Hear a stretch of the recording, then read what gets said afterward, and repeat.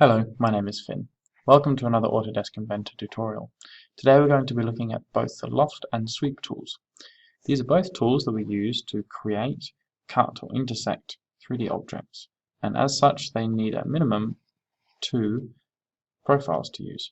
Starting with the Loft tool, we use these kind of tools to create what we would generally refer to as transitional geometry. Geometry that's changing from shape A, as I've selected here, the first profile, to shape B, along the distance between them.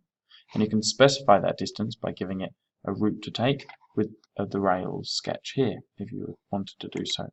And you can see, having created that, I've created some geometry which is very obviously quite transitional from the two different shapes it starts off with. The Sweep tool then is pretty much the same thing, the same concept, but rather than using two individual profiles and joining them together through 3D space, it uses one profile, as you can see here, the small circle, which will be selected automatically, and then a single path as the route, somewhat like a rail on the Loft tool.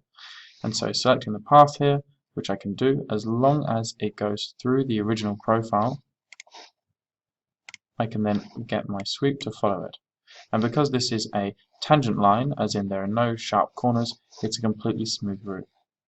If it wasn't and it had a sharp corner, there would be a bend or a kink, and it would have a sharp profile line or an edge there. So those are two very useful tools in Autodesk Inventor. Thank you for listening.